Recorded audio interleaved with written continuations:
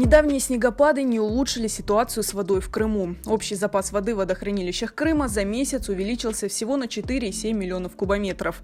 В прошлом году в это же время в крымских водохранилищах было почти на 50 миллионов кубометров воды больше.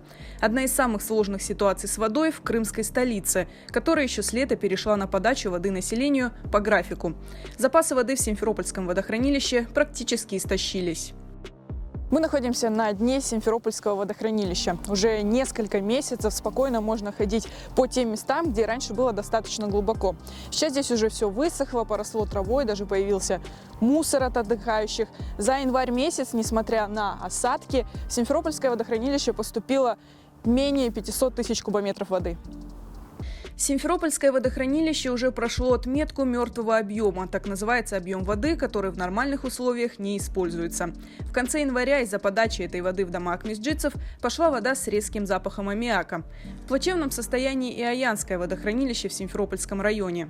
За моей спиной Аянское водохранилище, вернее то, что от него осталось, и река Аян, которая больше напоминает ручей. Хотя январские снегопады немного улучшили ситуацию, приток воды в водохранилище увеличился. Но это все равно ничтожно мало, если учитывать, что общий объем Аянского водохранилища почти 4 миллиона кубометров.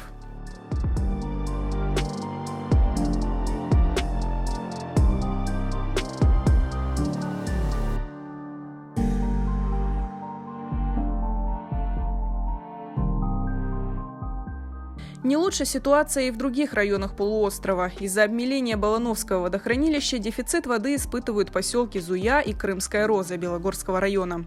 В связи с катастрофическим снижением дебита в Балановском водохранилище мы уже начали расконсервировать скважины и будем эти два населенных пункта переподключать на скважины, потому что иначе будет хуже, чем в Симферополе. По информации Крымского гидрометцентра, в январе возобновился сток в верховьях рек Альма и Чургунь, где пересыхание русла наблюдалось около 5 месяцев. Но улучшение гидрологической обстановки не наблюдается.